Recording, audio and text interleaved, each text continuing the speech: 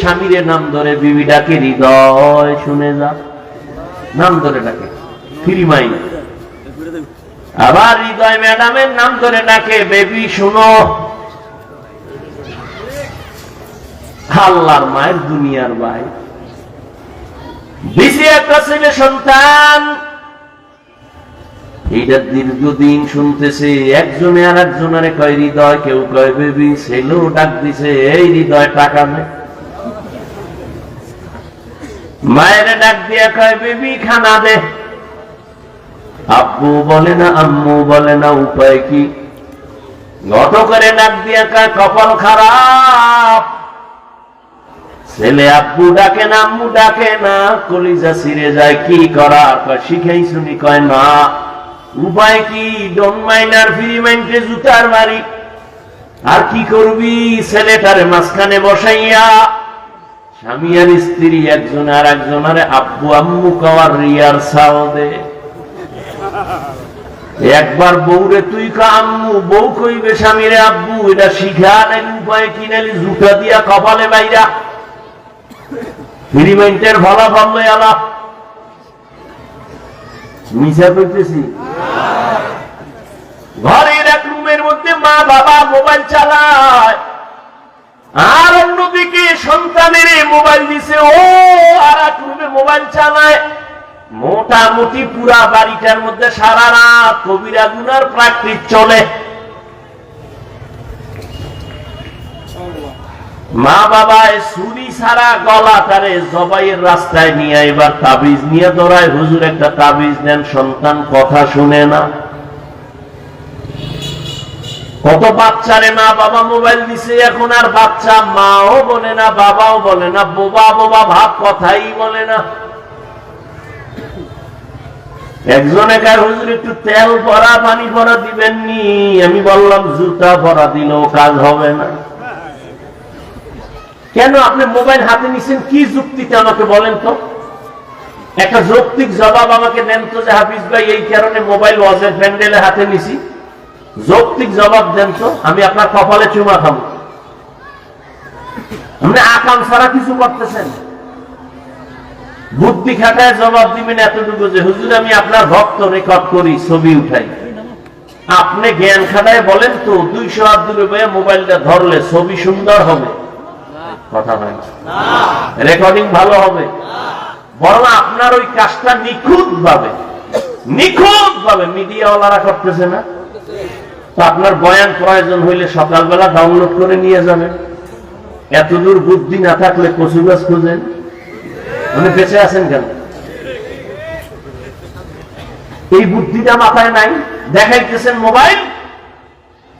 আর মোনাজাতের পরে যদি মোবাইল জিনে নিয়ে যায়, তা আমও গেল, সালাও গেল, কচু গাছ খুঁজেন। পাগল হয়ে গেছে মোবাইল নিয়ে, ছবি ছবি ছবি।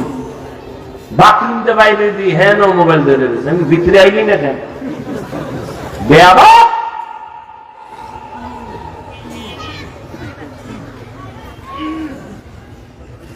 সরকারের অর্ডার ছাড়া আর মদিনার অর্ডার ছাড়া ভিন্ন কোন কারণে ছবি তোলা 1000 কোটিবার হারাম, কবিরা গুনাহ।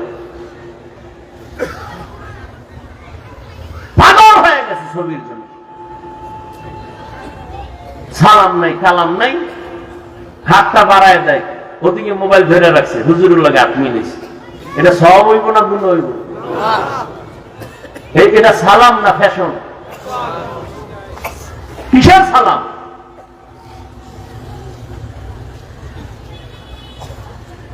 পাও দুইটা যদি হিন্দুরে বুঝাইতাম না, সবটি মদিনার ভালো হয়ে যায়। মুসলমান বিবি খোদায় পারে না, আমি কেমনে পারবো? এত বড় মহামারী দিয়েও দাড়ি উঠাইতে পারে নাই। করোনা দিছে, এরপর মত ছাড়ে না। আলেমের সাথে বেয়াদবি বন্ধ হয় না, সুদ ছাড়ে না। তা আমি কি পারবো?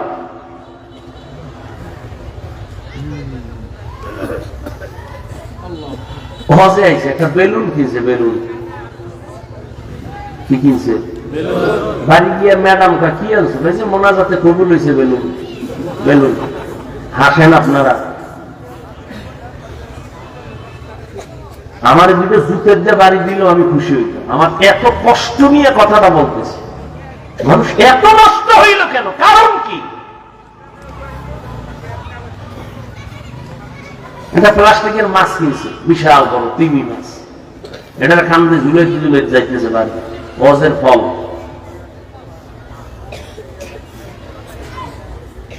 ঘুমের মধ্যে ঠাডা পড়তো, খালি মোহাম্মদের উম্মত হইছে, এই জন্য বাইসারা।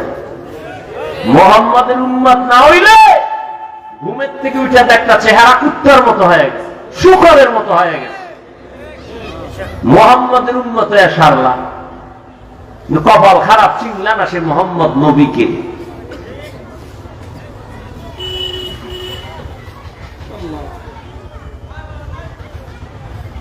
আমি এতক্ষণ চিল্লাইতেছি, একবারও কি বলছি এই যুবকেরা স্কুলে তালা দিয়ে মাদ্রাসায় যা?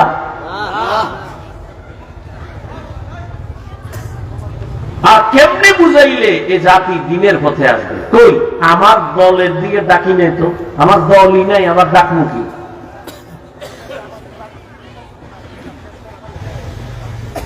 আল্লাহ বলেন সাহায্য প্রার্থনা করো। মুমিনকে বলেছেন কেন জান্নাত পাবে? মুমিন কোন বেঈমান জান্নাত পাবে না।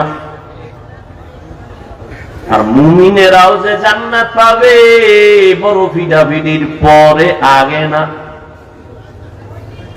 এবার বুঝেন, মুমিন জান্নাত পাবে এটা ফাইনাল, তবে মুমিন যে ভাবে কত ফিডা আছে কপাল।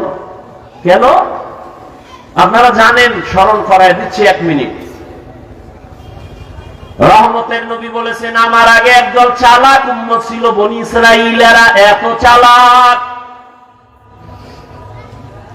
নিজেদের মধ্যে হিংসার দ্বন্দ্ব করিয়া করিয়া দলে দলে দলে দলে ভাগ হয়ে 72 দল হয়েছিল। আমার উম্মত আরো চালাক, আমার উম্মতের মধ্যে আরো একটা দল বেড়ে যাবে। কয় দল হবে টোটাল? কুল্লুহুম ফিন্নার, সব জাহান্নামে যাবে, ইল্লা মিল্লাতান ওয়াহিদা, এক দল জান্নাতে যাবে। ক্বালু মান হিয়া ইয়া রাসূলুল্লাহ, সাহাবায়ে কেরাম বললেন ইয়া রাসূলুল্লাহ, যেই দলটা জান্নাতে যাবে তাদের পরিচয় কি? রহমতের নবী বলেন মা আনা আলাইহি ওয়া আসহাবি। নবী যদি বলতেন আমি মুহাম্মদের আদর্শ যারা মানবে জান্নাতি, যথেষ্ট ছিল।